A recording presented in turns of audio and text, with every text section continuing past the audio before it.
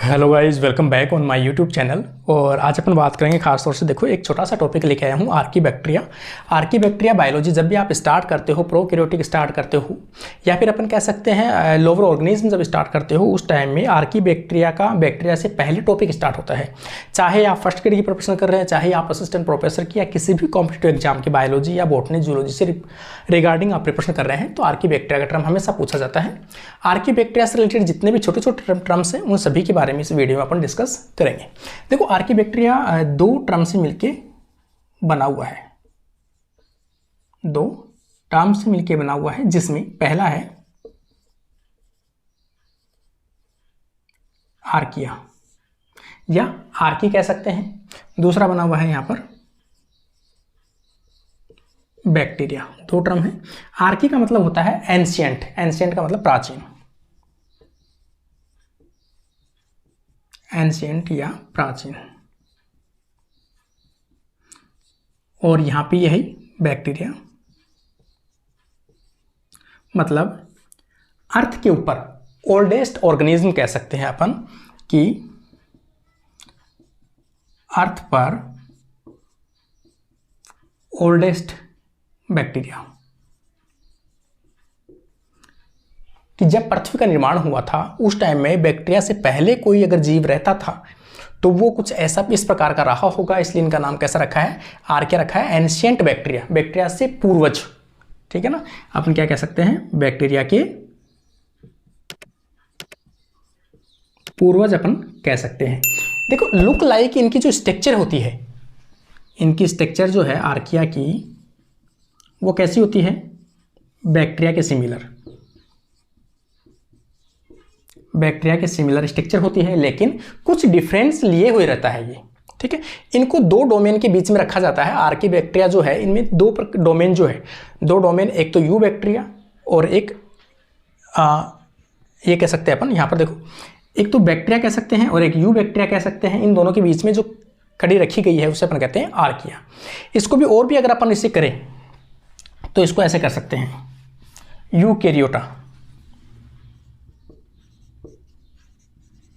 Eukaryota. देखो, एक side में सबसे एडवांस यूकैरियोटिक सेल है, एक साइड में बैक्टीरियल सेल है। उन दोनों के डोमेन की जो करेक्टर बीच में रखता है उसे क्या कहते हैं अपन, आर्किया कहते हैं। तो दोनों जो डोमेन है, उन दोनों डोमेन के बीच में आता है आर्किया।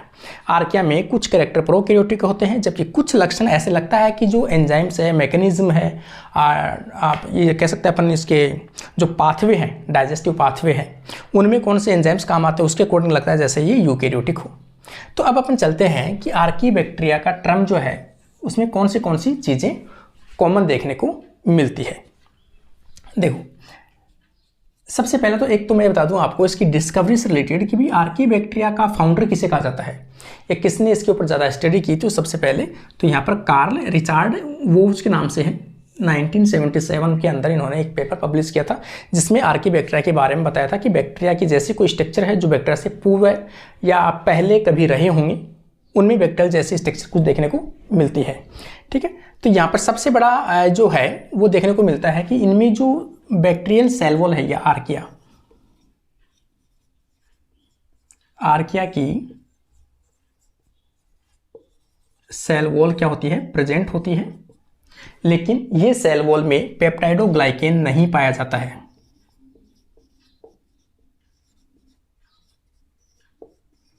पेप्टाइडोग्लाइकेन नहीं पाया जाता, जबकि अपन जानते हैं कि बैक्टीरिया अगर ये होता तो उसमें सेल वॉल किसकी बनी होती, पेप्टाइडोग्लाइकेन की बनी होती।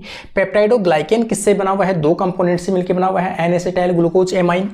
पेप्टाइडोग्लाइकेन किससे बना हुआ भाई, N acetyl glucosamine plus N acetyl muramic acid से मिलकर बना हुआ होता है।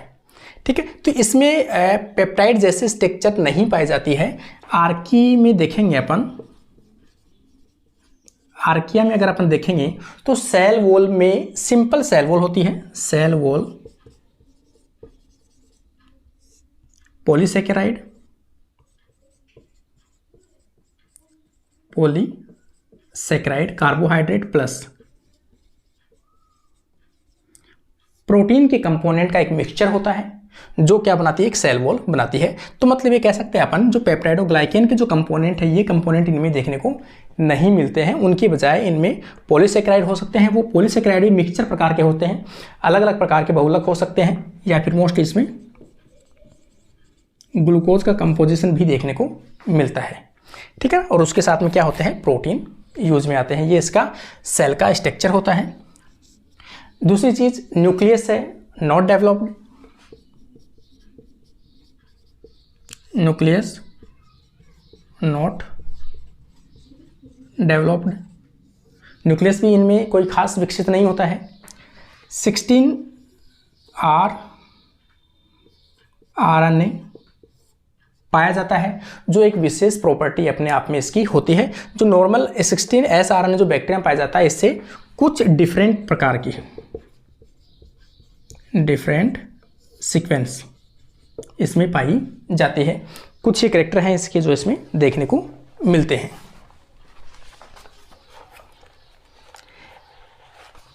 एक अपन कह सकते हैं इनमें कि जो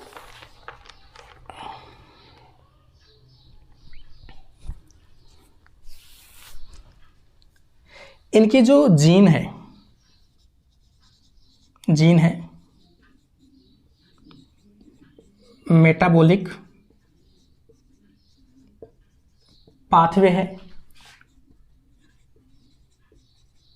एंजाइम्स हैं, ये किसके सिमिलर होती है, mostly more similar to eukaryotes. Eukaryotic जो ऑर्गेनिज्म है उनके सिमिलर इनकी जो स्ट्रक्चर है वो लगभग देखने को मिलती है। इनके जैसे जीन्स की स्ट्रक्चर होती है, मेटाबॉलिक पाथवे इनके जैसे होते हैं, और एंजाइम्स भी इनके जैसे यूज में लेते हैं, चाहे ट्रांसक्रिप्शन हो चाहे ट्रांसलेशन की प्रोसेस हो, वो सब चीज़ें इनसे कुछ मिलती जुलती इनमें पाई जाती है। प्लाज्मा मेम्ब्रेन देखेंगे,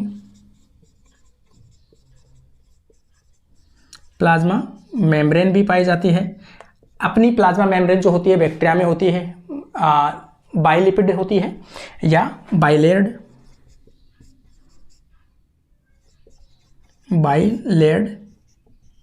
लिपिड होती है, जबकि आर्किया में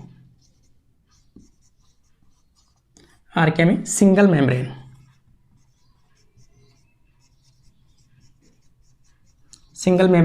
की बनी होती है। लिपिड जो है वो कैसी होती है, सिंगल मेम्ब्रेन लिपिड होती है। और इसकी जो मेम्ब्रेन की लिपिड जो होती है उसको अपन बोलते हैं आर्कियोल। इसकी जो लिपिड होती है उसे क्या बोलते हैं, आर्कियोल बोलते हैं।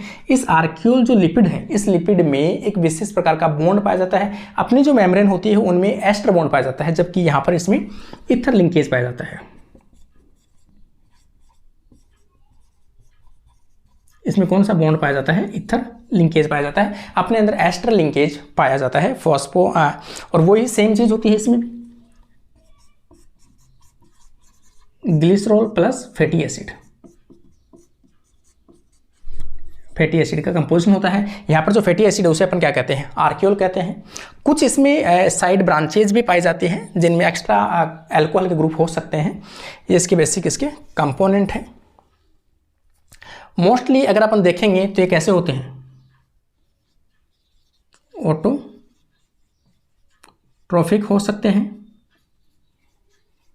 हेटेरोट्रोफिक हो सकते हैं, ठीक है। और एनर्जी के लिए रूप में ये ऑर्गेनिक कंपाउंड को यूज में ले सकते हैं। इनऑर्गेनिक कंपाउंड को भी यूज में ले सकते हैं। मोस्टली यहाँ पर ये क्या करते हैं, सल्फर के जो कंटेंट है उनसे अपनी एनर्जी प्राप्त करते हैं। एक अपन कह सकते हैं कि आर्की बैक्टीरिया विशेष क्यों है, ठीक है। आर्की बैक्टीरिया एक्सट्रीमली एनवायरमेंट क्या करते हैं, सर्वाइव कर सकते हैं। एक्सट्रीमली इन्वायरमेंट अपन कह सकते हैं कोई भी हार्श इन्वायरमेंट हो, हार्श इन्वायरमेंट हो, कोई भी एक्सट्रीम इन्वायरमेंट हो, अनफेवरेबल जितनी भी कंडीशन है, लाइक एज अपन कह सकते हैं हाई टेम्परेचर हो, हाई एसिडिक कंडीशन हो उसमें रह सकता हो,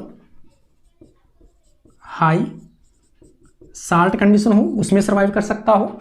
ऐसी जितने भी जो अनफेवरेबल कंडीशन है जहाँ पर नॉर्मल ऑर्गेनिज्म या नॉर्मल जो प्रोकैरियोट्स है वो भी सर्वाइव ना कर सकते, वो सभी चीज़ें इसमें सर्वाइव कर सकते हैं। कौन कर सकते हैं? वहाँ पर आर्कीबैक्टीरिया है वो वहाँ पर सर्वाइव कर सकते हैं। आर्कीबैक्टीरिया को भी बैक्टीरिया की तरह किस में रखा गया है? विटेकर क्लासिफिकेशन के अकॉर्डिंग तो मोनेरा के अंदर रखा गया है। किस में रखा गया है? मोनेरा के अंदर रखा गया है, क्योंकि मोनेरा में प्रोकैरियोटिक यूनिसेलुलर ऑर्गेनिज्म को रखा गया था। तो बैक्टीरिया के साथ ही जो आर्कीबैक्टीरिया वो भी किस में रखा जाएगा? मोनेरा के अंदर रखा जाएगा। तो ये बता दिया हाई साल्ट कंडीशन है, एसिडिक पीएच है, उनमें सब में रह सकता है। देखो एक चीज़ इसमें थोड़ा सा रहता है कि जितने भी बैक्टीरिया हैं वो क्या करते हैं, कहीं ना कहीं पैथोजन के रूप में काम करते हैं, अपने अंदर क्या फैलाते हैं? डिजीज फैलाते हैं। लेकिन आर्कीबैक्टीरिया के कोई भी ऐसे एग्जाम्पल हैं वो सामने नहीं आए हैं कि आपके अंदर क्या फैलाते हो? डिजीज फैलाते हो। ठीक है ना।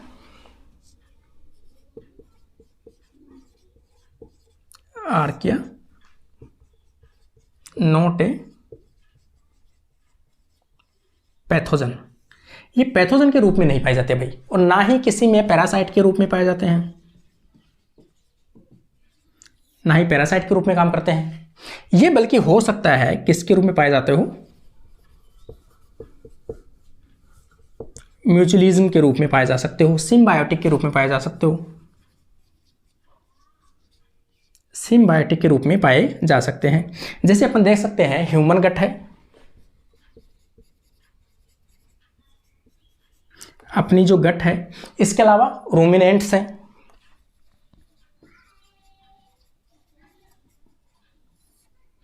मतलब जो भी पशु हैं, ठीक है ना, गाय भैंस भेड़ बकरी, इनके जो स्टमक है उनका जो फर्स्ट चैम्बर है उसे अपन क्या कहते हैं? रूमिनेंट्स कहते हैं।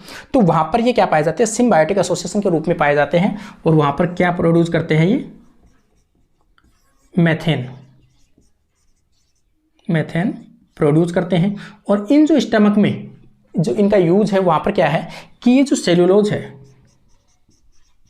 जो भेड़ गाय भैंस बकरी जो खाती है सेलुलोज, घास खाती है, उनमें क्या होती है? इनके सेल वॉल सेलुलोज की बने होते हैं। तो सेलुलोज को डाइजेस्ट करने के लिए, डाइजेस्ट करने में क्या करते हैं? हेल्प करते हैं। कौन करते हैं? आर्कीबैक्टीरिया हेल्प करते हैं। यहाँ पर अपन देखेंगे कि जो आर्कीबैक्टीरिया का खास तौर से जो मैथेन जो प्रोड्यूस करते हैं, कौन से बैक्टीरिया होते हैं? वो मैथेनोजन, मैथेनोजन बैक्टीरिया है, वो काफ़ी इंपॉर्टेंट बैक्टीरिया आर्कीबैक्टीरिया का एक एग्जाम्पल है जो क्या करता है? मैथेन प्रोड्यूस करता है। यहाँ पर जनरली ये क्या करते हैं? जो फॉर्मिक एसिड है,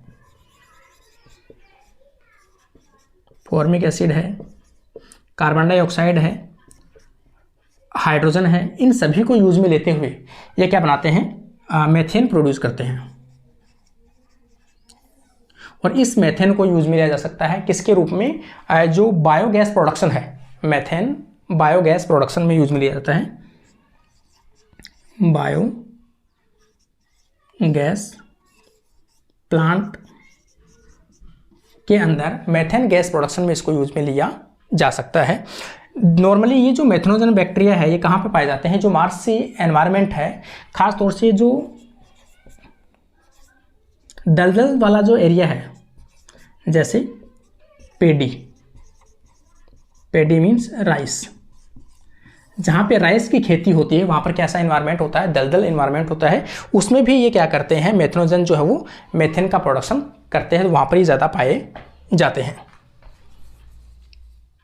ठीक है, बायोगैस प्रोडक्शन में यूज में आता है। सीवेज ट्रीटमेंट में भी काम आता है भाई ये, कई बार जो सफाई करना, नालियों की जो सफाई करते हैं, सीवेज का ट्रीटमेंट करते हैं, वहाँ पर भी इनको यूज में लिया जाता है। ठीक है, अब इनके थोड़ा सा अपन देखेंगे कि इनको डिवाइड कैसे कर सकते हो आप। देखो इनको 3 ग्रुपों में डिवाइड किया गया है। इनके जैसे भी फंक्शन है उन फंक्शंस को ध्यान में रखते हुए, इनके टाइप्स को ध्यान में रखते हुए 3 टाइप्स में से डिवाइड किया गया है आर्कीबैक्टीरिया को। देखो आर्कीबैक्टीरिया को टाइप अगर अपन देखेंगे तो पहला टाइप कौन सा आ जाएगा? मैथेनोजन। ये मैंने अभी भी बता दिया आपको। ऐसे बैक्टीरिया जो क्या करते हैं, इनऑर्गेनिक जो मॉलिक्यूल्स हैं उनको यूज में लेते हुए अगर मेथेन प्रोड्यूस करते हैं तो वो सभी बैक्टीरिया क्या कहलाएंगे, मेथेनोजेंस कहलाते हैं। मेथेनोजन बैक्टीरिया जो होते हैं वो ऑटोट्रोपिक होते हैं भाई। कैसे होते हैं, ऑटोट्रॉप्स होते हैं, ठीक है। ऑटोट्रॉप्स के साथ साथ कैसे होते हैं, एनएरोबिक होते हैं।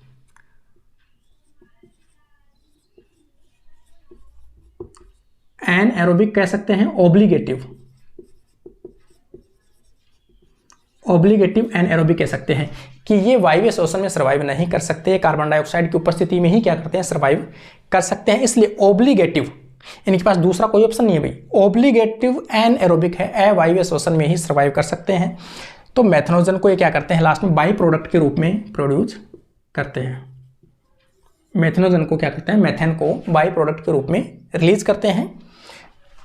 और बायोगैस प्रोडक्शन में इसको बता दिया मैंने, जो एनिमल्स है उनके अंदर पाया जाता है। एनिमल की जो रूमिनेंट है, गाय भैंस जो बकरियां हैं उनके रूमिनेंट वाले स्टमक वाले पार्ट में पाए जाते हैं। और जो फॉर्मिक एसिड है, कार्बन डाइऑक्साइड है, उनको मेथेन में कन्वर्ट करता है, ठीक है। और ये सभी चीज़ें मैंने इसमें डिस्कस कर दिया इसके बारे में। एग्जाम्पल यहाँ पर अपन देख लेते हैं, मेथेनोबैक्टीरिया और मेथेनोकोकस और मेथेनोसार्सिना, मेथेनोकोकस, मेथेनोबैक्टीरिया, ये इसके एग्जाम्पल है। अगला अगर अपन देखेंगे ग्रुप इसका हेलोफाइट, हेलोफिल्स कह सकते हैं।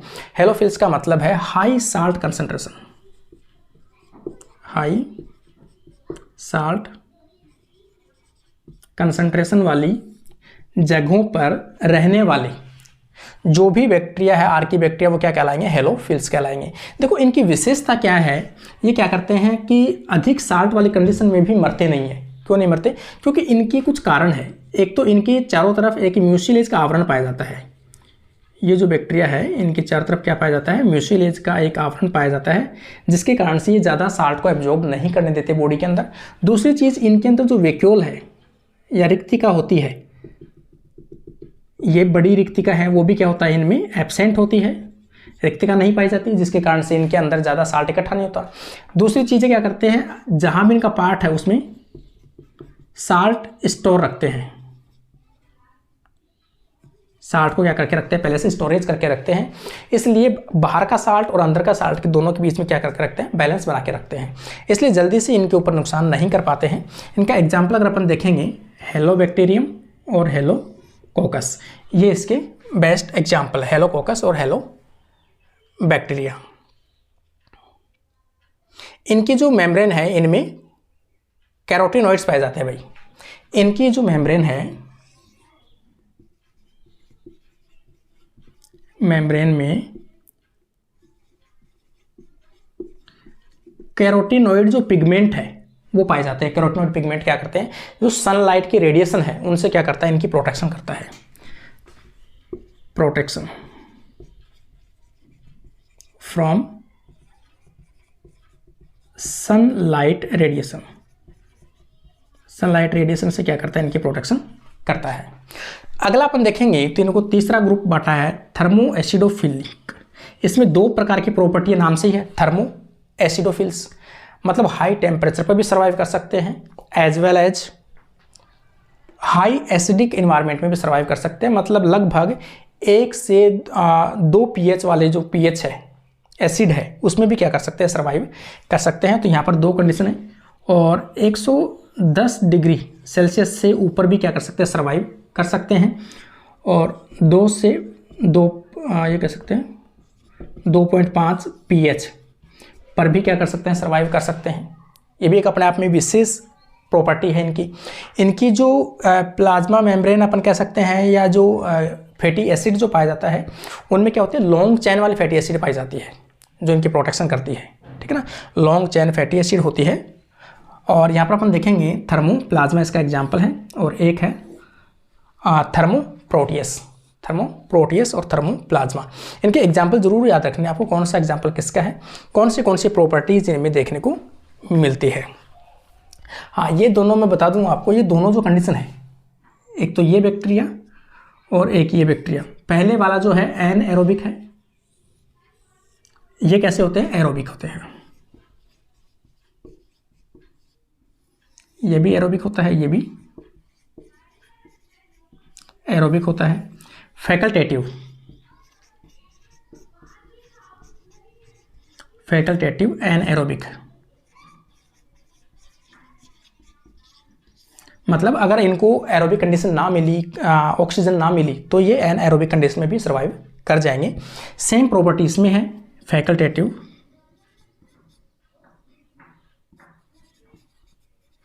Facultative anaerobic condition, anaerobic condition में सर्वाइव कर सकते हैं। दोनों की ये सेम प्रॉपर्टी है। पहले वाला जो है वो एरोबिक होता है, एन एरोबिक होता है। एन एरोबिक कैसा? ऑब्लिगेटिव, इनके पास में दूसरे कोई चांस नहीं होते हैं। तो ये इनके रिलेटेड आर्किया बैक्टीरिया से रिलेटेड कुछ टर्म्स थे जो आपके साथ में शेयर किए हैं। शायद इनमें से कोई टर्म रहा नहीं है, फिर भी कोई टर्म बच गया हो तो। एक इसमें सूडोम्यूरिन जैसी स्ट्रक्चर पाई जाती है भाई। सेल वॉल जो है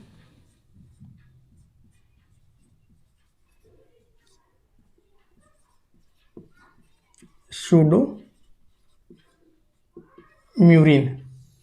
अगर आपसे कभी पूछा जाए इनमें से कौन सा ऐसा बैक्टीरिया है, आर्की बैक्टीरिया है, जिनमें सूडोम्यूरिन जैसी स्ट्रक्चर पाई जाती है, मतलब पेप्टाइडोग्लाइकेन जैसी स्ट्रक्चर, आभासी, सूडो लगा दिया आगे तो इसका मतलब होता है आभासी, आभासी म्यूरामिक एसिड जैसी कोई स्ट्रक्चर पाई जाती है, पेप्टाइडोग्लाइकेन जैसी स्ट्रक्चर पाई जाती है, तो तीनों में किस में है? तो मेथनोजन जो बैक्टीरिया है इनमें सेल वॉल जो है वो सूडोम्यूरामिक जैसी स्ट्रक्चर शो करती है। और इनकी सेल मेम्ब्रेन में बताया दिया मैंने, सेल मेम्ब्रेन कैसी होती है? मोनोलेयर होती है भाई। सेल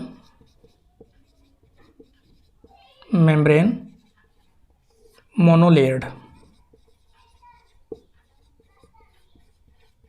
सिंगल लिपिड से बनी होती है, सिंगल लिपिड से बनी होती है। और इस सिंगल लिपिड में मोस्टली ज़्यादा पाए जाते हैं अनब्रांच्ड प्रकार के, जो अपन कह सकते हैं, या ब्रांच प्रकार कह सकते हैं, ब्रांच्ड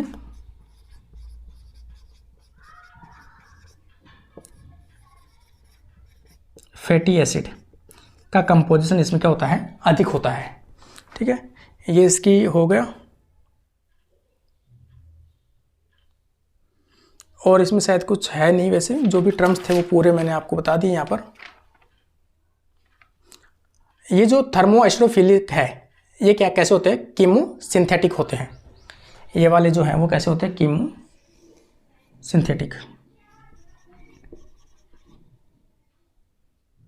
या कीमो हेट्रोट्रोप्स, कीमो हेट्रोट्रोप्स होते हैं। जो भी केमिकल्स है उनसे क्या करते हैं? अपनी एनर्जी प्राप्त करते हैं। खास तौर से एनर्जी जो प्राप्त करते हैं किससे करते हैं भाई? सल्फर से।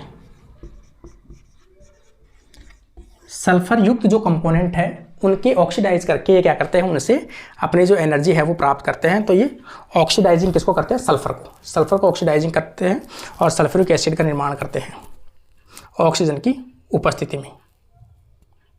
एक चीज़ और इसमें रह गई कि कभी पूछा जाए आर्की बैक्टीरिया किससे सिमिलर रखता है, ग्राम पॉजिटिव या ग्राम नेगेटिव? तो ये जो सिमिलरिटी शो करते हैं ये कैसे सिमिलरिटी शो करते हैं? Gram positive.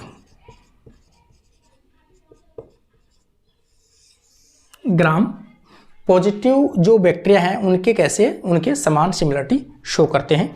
इनमें कुछ फ्लैजिला भी पाई जाती है। यहाँ पे अपन देखेंगे इनमें क्या होती है? फ्लैजिला उपस्थित होती है।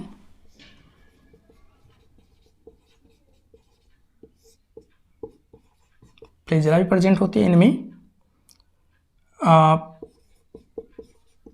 पिल्ली कह सकते हैं या पीलिया कह सकते हैं, वो भी पाई जाती है। छोटे जो फ्रेगमेंट, छोटे जो फाइबर जैसी स्ट्रक्चर होती है ना पिल्ली, जो इनके दो के अटैचमेंट होने के लिए भी काम आती है, तो पिल्ली जैसी स्ट्रक्चर भी पाई जाती है।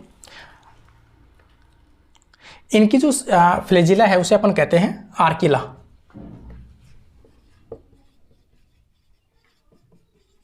इनमें जो फ्लैजिला पाई जाती है उसे क्या कहते हैं? आर्किला कहते हैं। और पिलिया इसमें मैंने बताया दिया आपको। इनका जो रोटेशन होता है, आर्किलिया या फ्लैजिला का जो रोटेशन होता है, मतलब रोटेट जो करती है कुछ इस प्रकार से, ये जो स्ट्रक्चर है, तो ये स्ट्रक्चर यहाँ से जो रोटेट करती है वो किस बेस पे रोटेट करती है? प्रोटॉन ग्रेडियंट जो होते हैं, हाइड्रोजन आयंस होते हैं, उनके पंपिंग के कारण से क्या करते हैं, रोटेट करते हैं। तो rotation bye proton gradient, proton gradient की सहायता से क्या करते हैं, इनके फ्लैजेला के अंदर मूवमेंट देखने को मिलता है। इनमें जो पिली जो होती है वो किस प्रकार के होते हैं, टाइप 4th।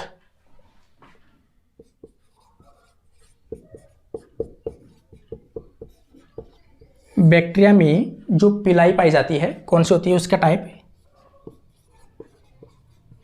बैक्टीरिया की जो पिली होती है वो आर्की बैक्टीरिया में कौन सी पाई जाती है, उनमें से चौथे नंबर की जो पिलाई है वो प्रकार का यहाँ पर आर्की बैक्टीरिया में पिलाई देखने को मिल सकती है। यहाँ पर अपने ऐसी स्ट्रक्चर बना दें तो ये क्या होते हैं, पिली होते हैं। ये कह सकते हैं अपन, यहाँ पर क्या होता है, इसका जेनेटिक मटेरियल प्रेजेंट होता है। सेम स्ट्रक्चर वो की वही है, वही आरएनए वही डीएनए है, बस थोड़ा सा प्रीमिटिव प्रकार का है, ये एंशिएंट प्रकार का अपन इसे कह सकते हैं। ग्लिसरॉल में मैंने बताया दिया आपको, जो प्लाज्मा मेम्ब्रेन है इसमें ग्लिसरॉल प्लस जो फैटी एसिड है उनके बीच में जो लिंकेज है वो कौन सा है, ईथर लिंकेज पाया जाता है, इसकी विशेषता है। ईथर लिंकेज के साथ साथ में इसके अलावा कुछ अन्य चैन जो है वो आइसोप्रोपेनॉइड चैन भी पाई जाती है।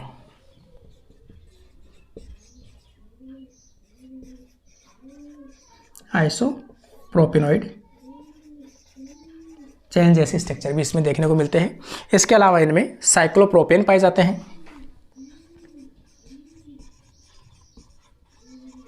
साइक्लोप्रोपेन पाए जाते हैं, साइक्लोहेक्सेन पाए जाते हैं,